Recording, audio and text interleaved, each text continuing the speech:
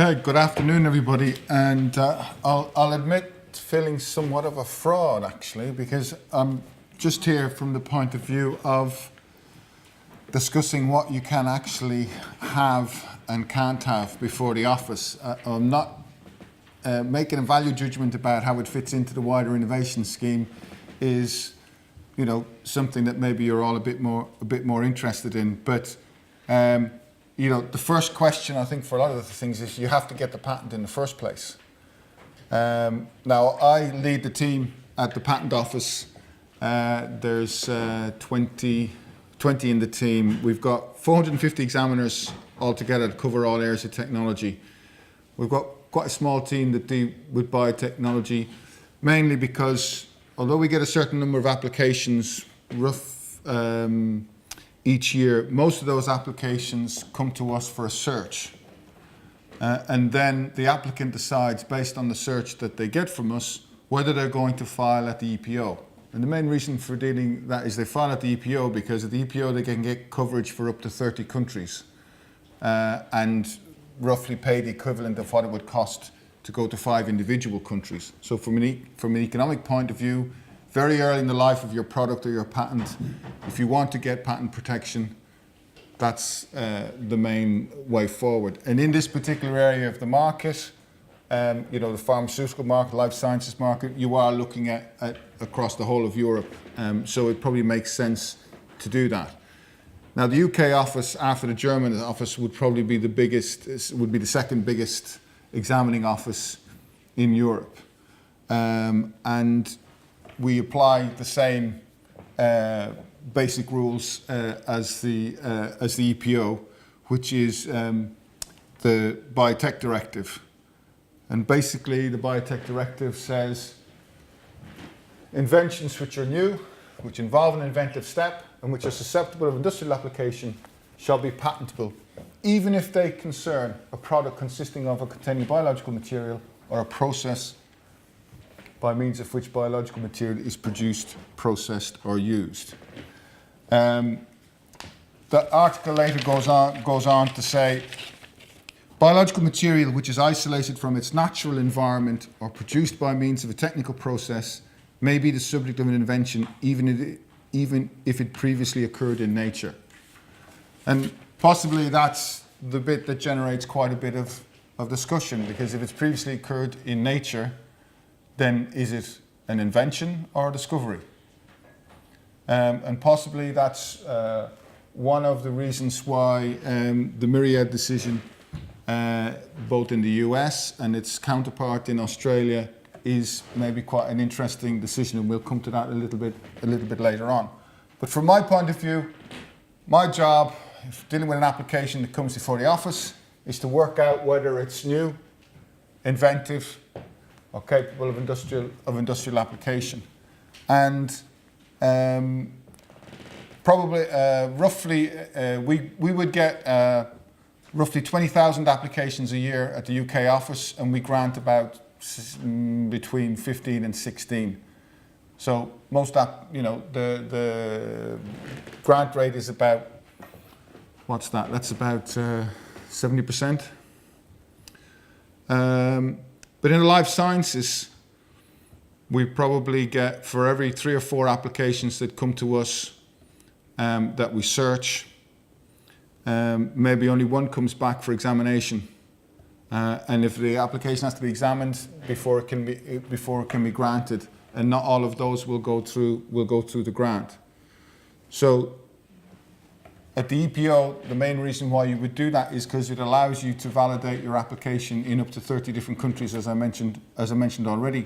But the patent that you get is only valid in the country where you take it to. So, you know, a European patent granted at the European Patent Office will only be valid in the UK for the territory of the UK. Okay, it's a common standard, so it means the same thing. So hopefully, if it's a medical use claim, or a product claim, or a process claim, then, you know, it has the same significance in all the jurisdictions. Now,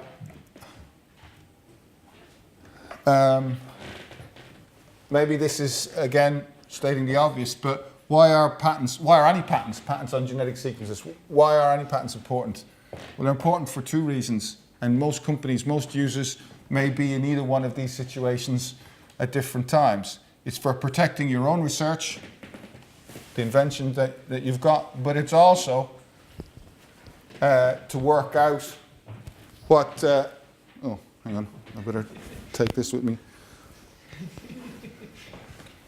To work out what the impact is if you want to work in a particular area. So sometimes it's a tool for protection, other times it's a tool that you have to take account of if you want to come into the area in your own right. And I think it's important to bear that in mind, that you may be in you may be in each situation at different times as an operation. Now, in the life sciences area, at least in the UK, a lot of the applicants we get would be smaller companies, university spin-outs, not that many multinationals, because they will go, if the scale they're operating in, they will probably go straight to the EPO. So it's quite an important part of, if you like, the innovation landscape in the UK, of which we're a part. I mean, as the Patent Office is an agency of the Department of Business, Innovation, Science, and I think it includes energy now, but or at least we'll have to wait and see what it's constituted as when the new government is fully formed. But it's part of the government that's responsible for promoting business and innovation. And I think sometimes people lose sight of that.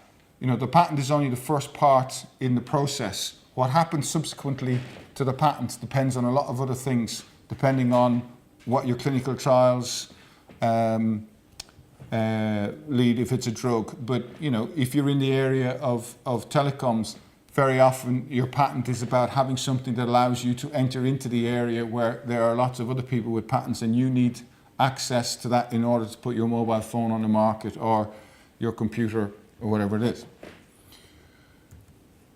Now, what can you patent? We turn to the sequence areas. Well, you can patent an isolated gene sequence, but you must actually know what it's for. You must be able to explain what its use as. So that's why it says use of gene sequence at the bottom. Now, this is increasingly less common, given that we've got whole genome sequencing, because it's pretty obvious now to be able to isolate and identify a gene sequence. But when people first started this area, it was a major effort just to be able to identify the sequence. And so the changing pace of technology means something that would have been considered, a research program and quite something that was worth of being given an invention is no longer the case. And so we need to bear that in mind, that it is a moving target based on what is the state of the art.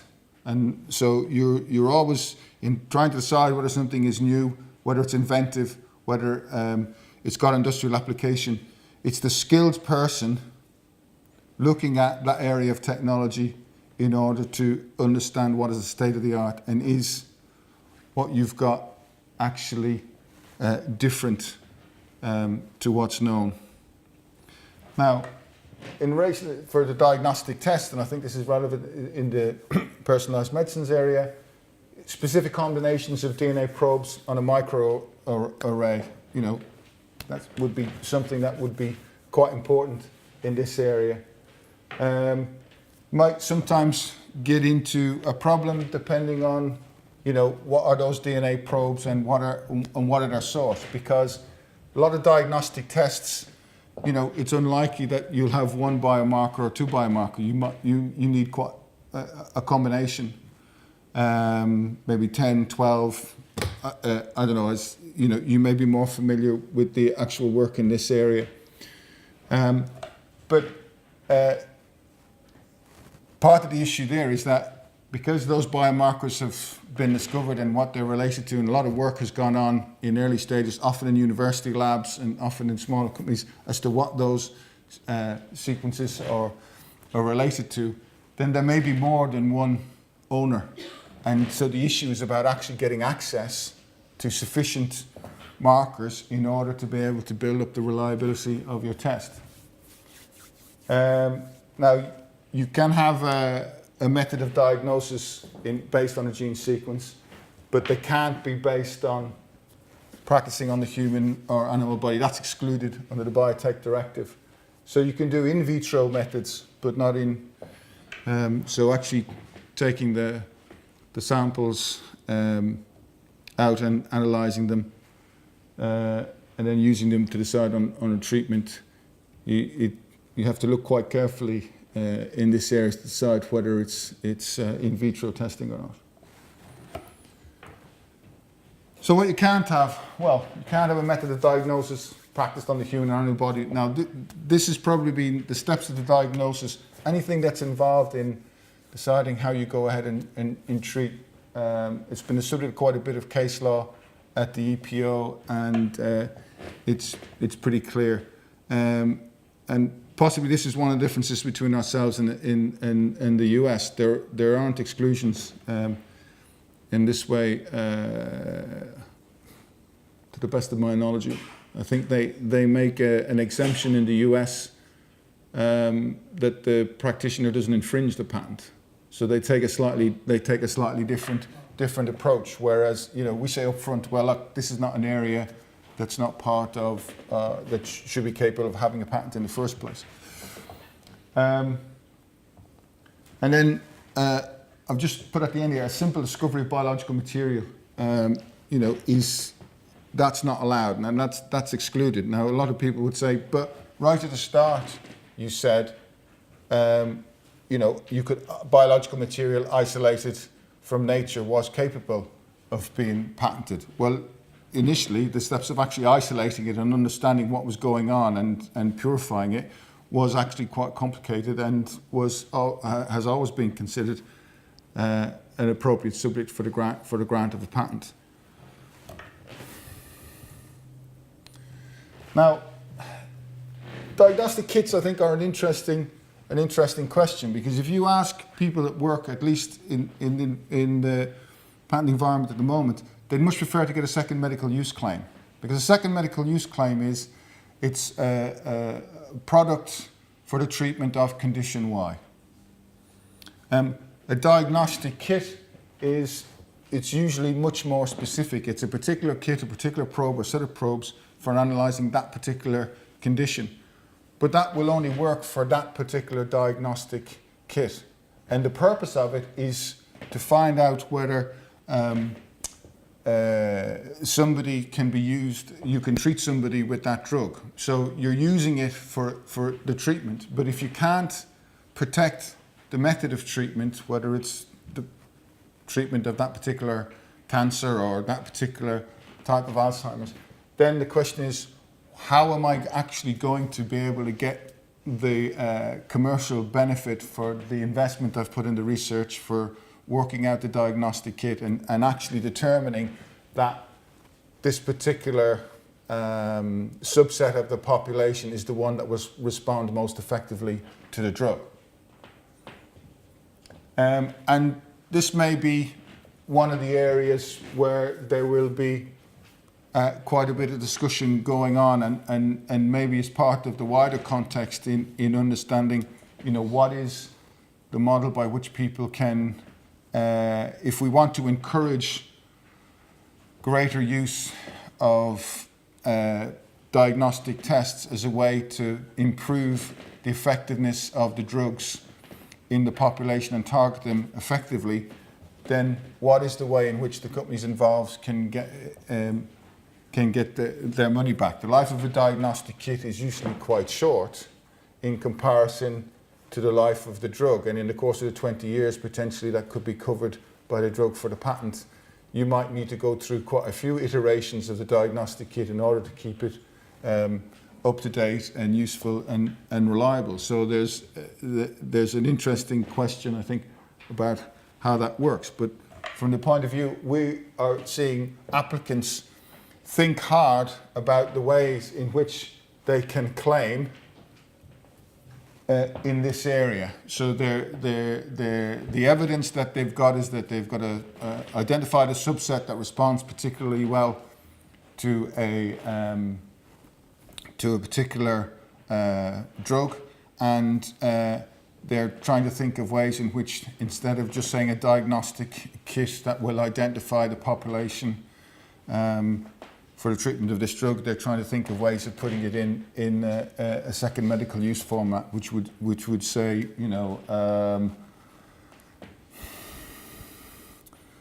a substance prepared in the following format that would make it suitable for identifying people that will respond well to this drug.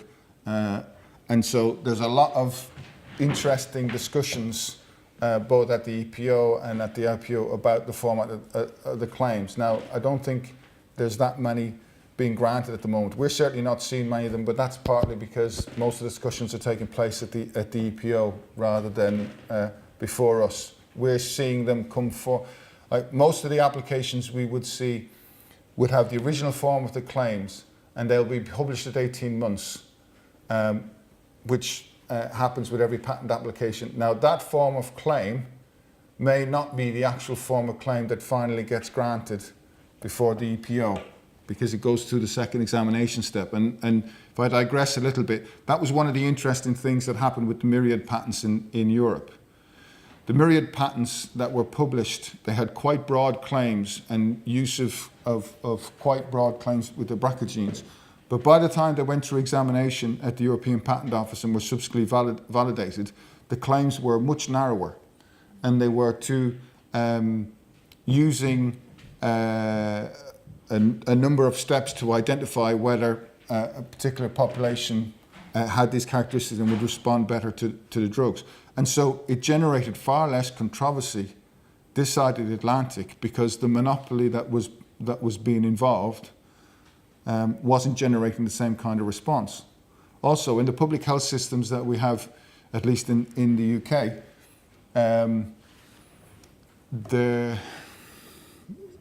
certainly how would I have to be careful, choose my words carefully. It certainly was not the case that the way the tests were being carried out was attracting the same interest from Myriad, and it was possibly a recognition of the landscape or the way those things were being carried out. So, you know, it's clear that, you know, Myriad were doing one thing in the US and not necessarily doing the same thing in Europe, which possibly recognise the fact that they are slightly different in the way they approach things and in the kind of the commercial behaviour that might be considered acceptable. Okay, so coming back to the final form of the claim, this is where we get a lot of discussion. So you have substance X for use in treating cancer in patients with a particular genotype, and you have the test then for identifying the genotype. And one of the big arguments we have is, but that substance is already known for treating cancers with patients, so treating patients with that cancer. So you've already treated people with that genotype as part of the wider population. So you're actually not meeting the obviousness test. And, you know, there's certainly been some discussion about whether it's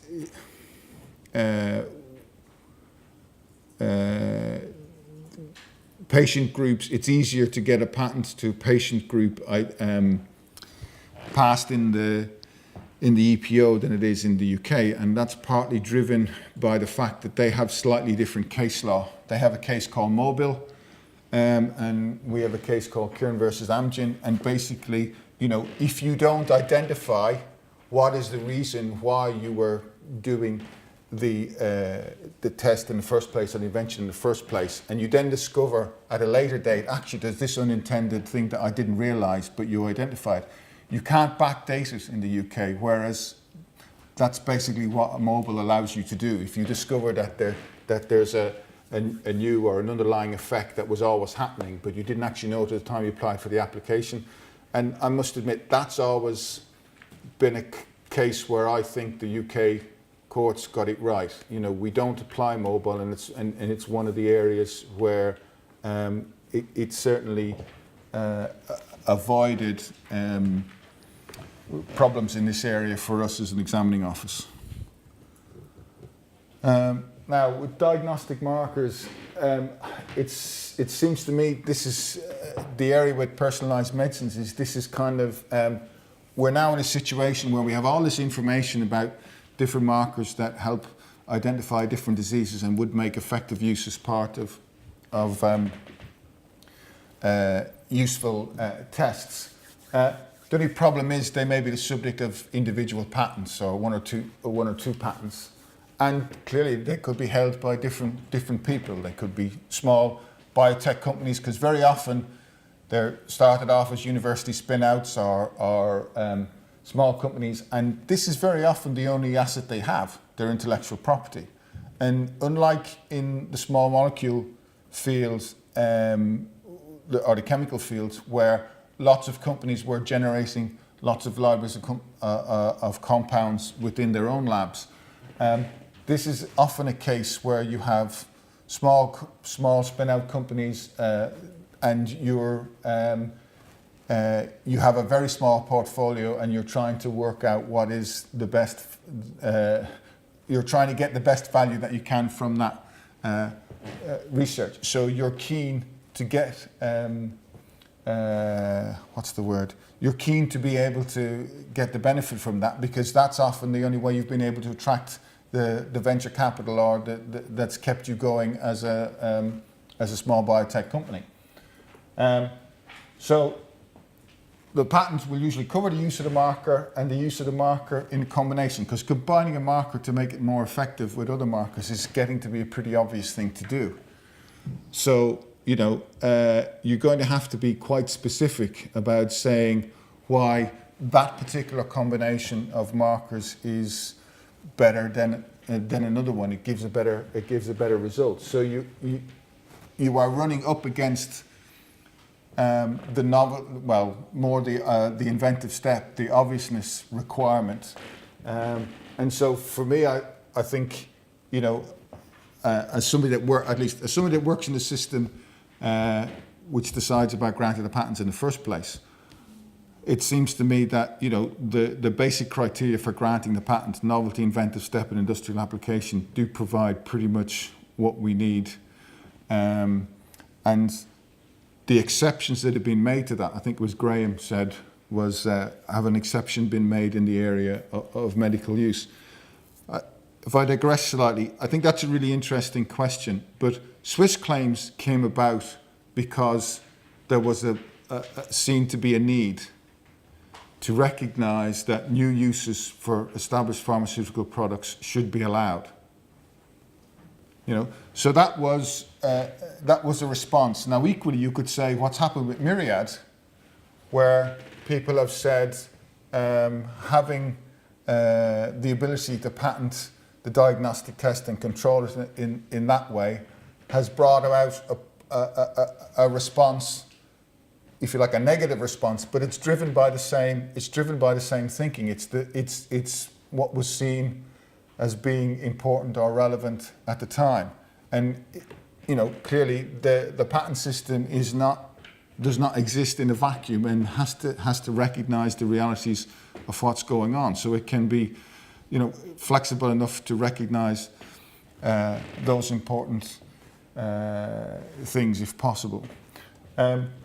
So in terms of how do third parties gain access for putting together multi-component tests, diagnostic tests in this area, well, you know, licensing is a key part, and I think Chris mentioned some of the steps that the Wellcome Foundation are keen to try and encourage. And maybe we are getting into a period of time where this is becoming much more acute in the life sciences area, whereas it's probably existed in areas like telecoms and computing for quite a while. I mean, the people behind MPEG, have also looked at what you can do to try and encourage people to pool patents in the life sciences area based on their experience in coming up with the, I suppose that's a video sharing system, which has been very effective and very helpful in terms of allowing people access and to build, a useful commercial outcome from an area that a lot of people were saying there's just too many patents in here. How can I actually operate in this area? Because it's very hard to decide how to do so. So whether we talk about patent pools or patent lakes or data pools or whatever, it seems to me that may well be the situation that we're getting to now, and people are starting to realize that would be the most useful way forward.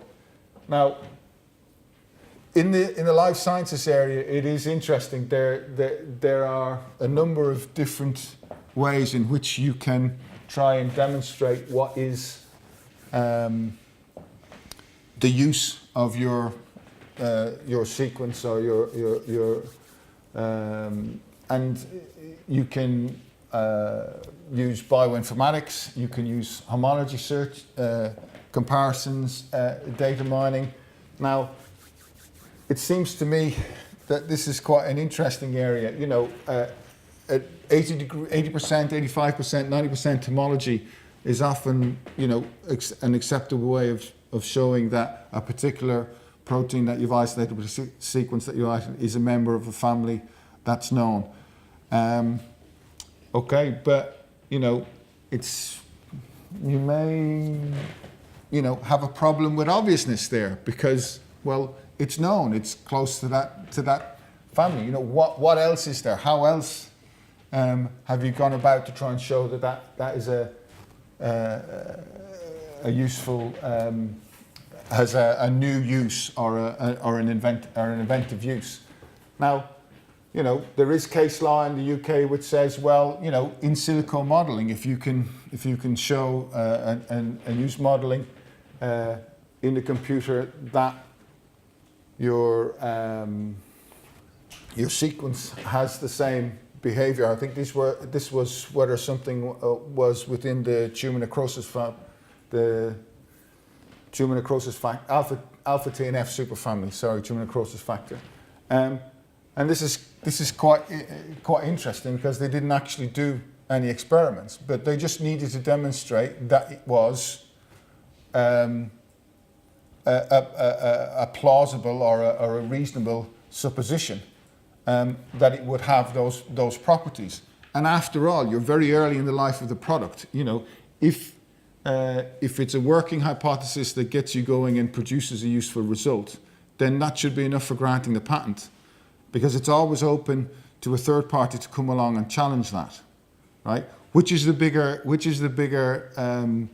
problem? Not to grant the patent and to have no right, or grant the patent and then have to challenge it subsequently and have the right revoked.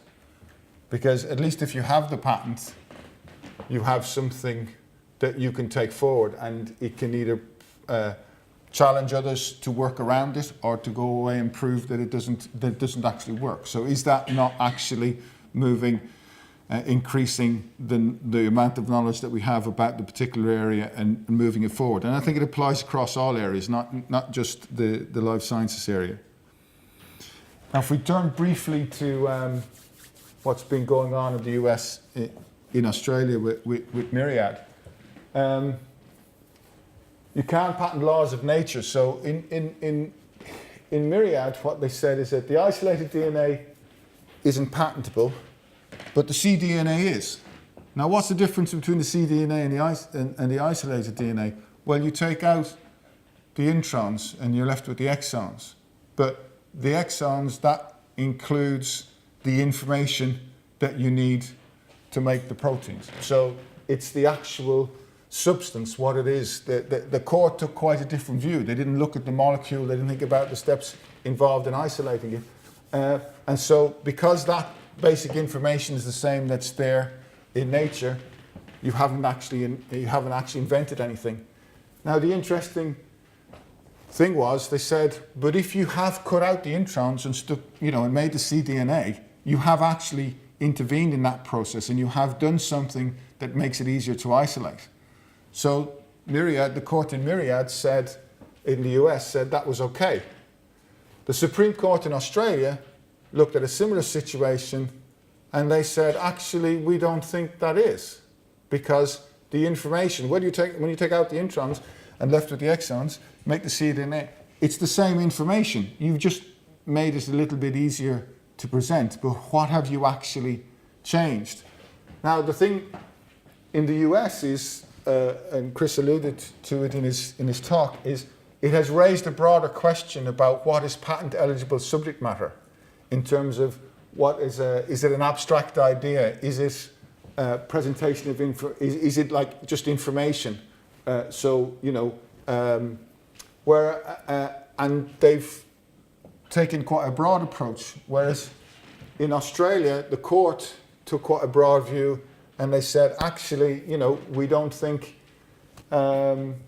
this can be patented at all, regardless of whether the material was isolated or man-made. But so far, their office has said their patent office has said, well, that only applies clearly in the case that the Australian Supreme Court was looking at. So, although the two courts looked at the same question and came to the same conclusion, they've applied it slightly differently, and it's also led to some differences in the way that the bodies responsible for granting the patents in those jurisdictions have responded. So, it's interesting to see how this story is going to develop. But at the end of the day, if you're trying to work out, what do I do in the personalized medicine field? How do I improve the quality of my diagnostic test? How do I have something that I can actually generate some income from, that will also generate some benefit in the market? It's getting to be increasingly difficult. So you can, protect genetic sequences in the UK and their part in diagnostic tests. The patents can cover different aspects of the diagnostic personalised medicine invention, so the kit or the methods. Now, there's a question mark over how useful those claims are, because they're quite easy to work around. And so there's a discussion, or there's an interest in the applicants to have claims that relate more to the treatment rather than to the kit itself. But that's certainly, let's just say that's part and parcel of a lot of the ongoing discussions between the applicant and the examining offices as to what form of claims would be granted.